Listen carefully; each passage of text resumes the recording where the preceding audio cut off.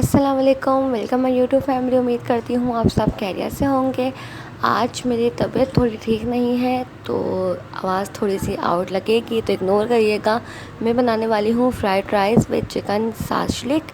तो उसके लिए जो है ना हमें चाहिए होगी सब्ज़ियाँ, और ये वो सब्ज़ियाँ हैं जो मैंने फ्रीज़र करी हुई थी, तो मैंने उसको बारीक बारीक चॉप नहीं करा, मैंने इसे ऐसे ही रहने दिया है।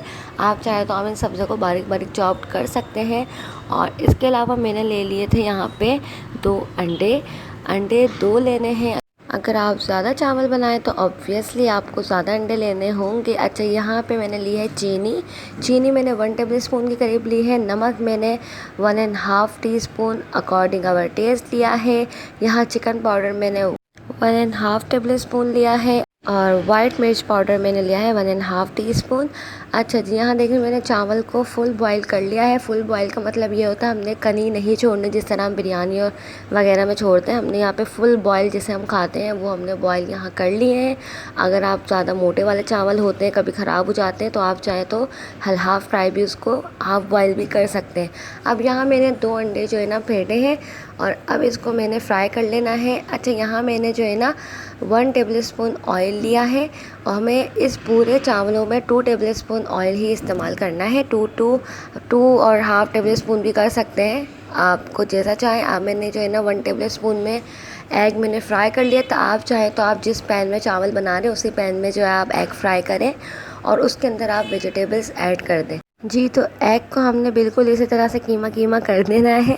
और अलग पतीली में मैंने यहाँ 1 टेबल स्पून ऑयल अगेन ले लिया था।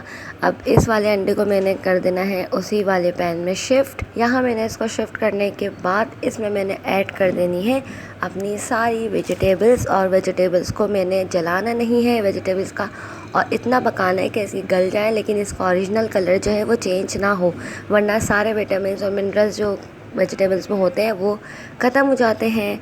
तो यहाँ हमने जो है ना इसको चलाना है, और हल्का सा भी पानी नहीं ऐड करना है। आप चाहे तो 1 टेबल स्पून पानी ऐड कर सकते हैं, वरना ये जो बारीक बारीक जो हम वेजिटेबल्स काटते हैं, और आप अगर और छोटी छोटी काटेंगे तो ये बहुत जल्दी से गल जाएंगी। तो यहाँ मेरी सब्ज़ियाँ जो है ना गल चुकी थी। अब मैंने जो है ना इसमें ऐड कर देने हैं अपने चावल, और चावल ऐड करने के बाद ना हमने ज़्यादा इसमें चमचा नहीं चलाना है, हमने बस इसमें चावल ऐड कर देने हैं। उसके बाद जिस तरह बिरयानी की पतीली में जो हम एंड में जो बिरयानी की तह लगा के उसको मिक्स करते हैं ना, उस तरह से इसको हिलाना है ताकि अच्छे तरीके से मिक्स हो जाए। चम्मच नहीं चलाएंगे वरना चावल टूट जाएंगे। अच्छा, इसको मिक्स करने के बाद मैंने इसमें सारे मसाले ऐड कर दिए थे। आप नमक अपने अकॉर्डिंग रख सकते हैं। अच्छा, मसाला ऐड करने के बाद बिल्कुल धीमी धीमी हल्के हल्के से हाथ से जो है ना इस तरह करना है, और फिर उसी तरह जिस तरह बिरयानी की देगची हिलाते हैं उसी तरह से हमने इसको मिक्स कर देना है। अच्छा, साशलिक में मेरे साथ बहुत बड़ा प्रैंक हुआ। मैंने कैमरा लगा के छोड़ दिया था और वीडियो ऑन करना भूल गई थी, तो वीडियो रिकॉर्ड नहीं हो पाई। मुझे इतना गुस्सा आया अपने ऊपर, और फिर एंड में मैंने इसी का जो है क्लिप ले लिया। अब मैं आपको डिस्क्रिप्शन में इसका तरीका और इसकी रेसिपी बता दूंगी, और अलग से भी आपको एक दफ़ा शूट और कर दूंगी। यहाँ हम अफ्तारी करने बैठ गए थे। अच्छा जी, अफ्तारी में ये सीन था कि खाना बना चुकी थी, बच्चों ने कहा हमें चावल खाना है, बट मैं अगर अफ्तारी में फ्रूट चाट ना लूँ ना तो मुझे अफ्तारी नहीं लगती। तो यहाँ मैंने पेलने वाला काम यही किया कि मैंने एक ही प्लेट सबकी जो है ना एक ही बाउल में निकाल ली।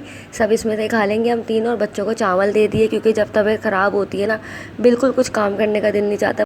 मेरा भी बस यही दिल चाहता है बस बंदा ना बस खा पी ले बस जैसे तैसे। यहाँ इफ्तारी कर ली थी। सामीन चले गए थे अपने बीबी के घर पे, क्योंकि उनके जो वो हैं भाई जहाँ वो जाते हैं उन्हें जो है ना एतिकाफ़ में बैठना था अगले दिन, तो वो उन्हें लेके चले गए थे मिलने के लिए। यहाँ मैं और जोहा चले गए थे मार्केट।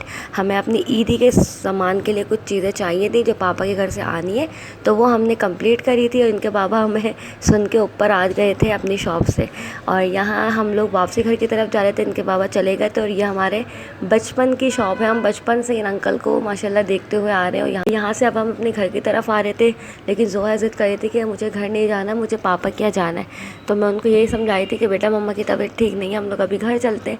तो लेकिन जोहा तो जोहा है। लेकिन फिर हम सबसे पहले जो है ना डॉक्टर के यहाँ गए थे। मैंने कहा चलो क्यों ना डॉक्टर को भी दिखाई देती हूँ। मैं पहली बार इनके बाबा के बगैर डॉक्टर के आई हूँ, और यहाँ इतना काफ़ी रश था, लेकिन टाइम पास हो गया था जोहा के साथ। फिर मैंने अपनी दवाइयाँ ले ली थी यहाँ से। उसके बाद मैं अपने पापा के घर चले गई थी। फिर सहरी के टाइम में वहाँ से वापस आई थी, और ये देखे मैंने जो साशलिक और चावल बनाए थे, ये उसकी वीडियो है फाइनल। और बहुत यमी बने थे। मैं आपको डिस्क्रिप्शन बॉक्स में ना साशलिक की रेसिपी भी शेयर कर दूँगी और अलग से बना के भी वीडियो लाजमी दिखाऊँगी इंशाल्लाह। रोज़ रोज़ एक ही खाना खा के बंदा थक जाता है, पराठा रोटी। तो आज मैंने सोचा क्यों ना सहरी में कुछ चेंजिंग होनी चाहिए, इस वजह से। और सीरियसली बहुत यमी बने थे। इनके बाबा ने भी बहुत शौक़ से खाए थे। उसके बाद मैंने दवाइयाँ खाई थी। इनके बाबा कहे थे रोज़ा मत रखो, छोड़ दो, लेकिन ना, बस मेरा दिल नहीं मानता रोज़ा छोड़ने का, क्योंकि हमारे पेरेंट्स भी रखते थे तो उनको देख के हमें इंस्पायरेशन मिलती थी। और मैं इनको भी यही कहती हूँ कि अभी हम जैसा करेंगे ना, वैसे हमारे बच्चों को शौक़ होगा कि नहीं यार, हमारे पेरेंट्स जो है ना करते हैं। तो यहाँ मेरा इफ्तारी आज बनाने का कोई मूड नहीं था और मैं सो गई थी। बट जो है ना, फिर मैं उठी हूँ तकरीबन असर के टाइम पे, तो मैंने जल्दी जल्दी से इफ्तारी बनाई।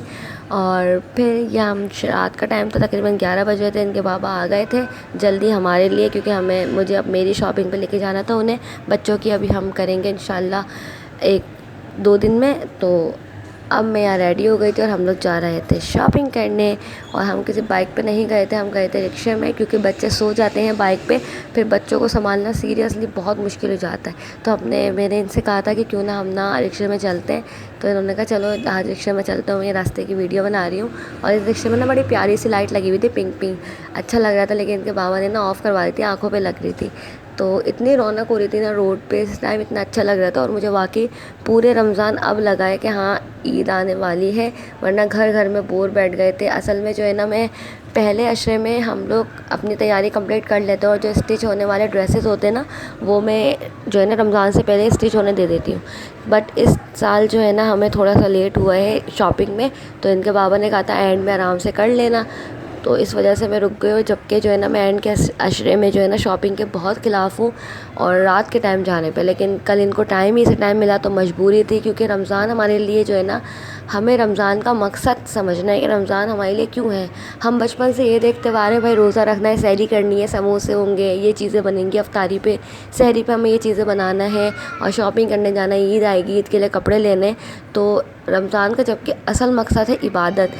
रमज़ान का मकसद ये है कि उसमें इबादत है जो है ना, अल्लाह ताला रहमतों के दरवाज़े खोल देता है, मग़फ़िरत ज़्यादा से ज़्यादा करता है। अल्लाह ताला फरमाते हैं कि इबादत करो और रोज़ा रखो और सदका करो और जो है ना, अपने प्यारों को याद रखो। तो बस ये रमज़ान का मेन मकसद होता है, मैं कहती हूँ कि। तो इसलिए हम लोगों को जो है ना, शॉपिंग्स जल्द से जल्द कंप्लीट कर देनी चाहिए। और जिन लोगों को शौक़ होता है ना कि भाई नहीं, रात में जाएंगे और आखिरी अशरे में शॉपिंग करेंगे और रात में जाएंगे, तो ये वो लोग गलत करते हैं। क्योंकि आखिरी अशरा सबसे अहम अशरा इसलिए होता है क्योंकि इसमें ताक रातें होती हैं। उन रातों में जागना, क़याम करना बहुत ज़रूरी होता है और उस रात दुआएँ बहुत ज़्यादा कबूल होती हैं।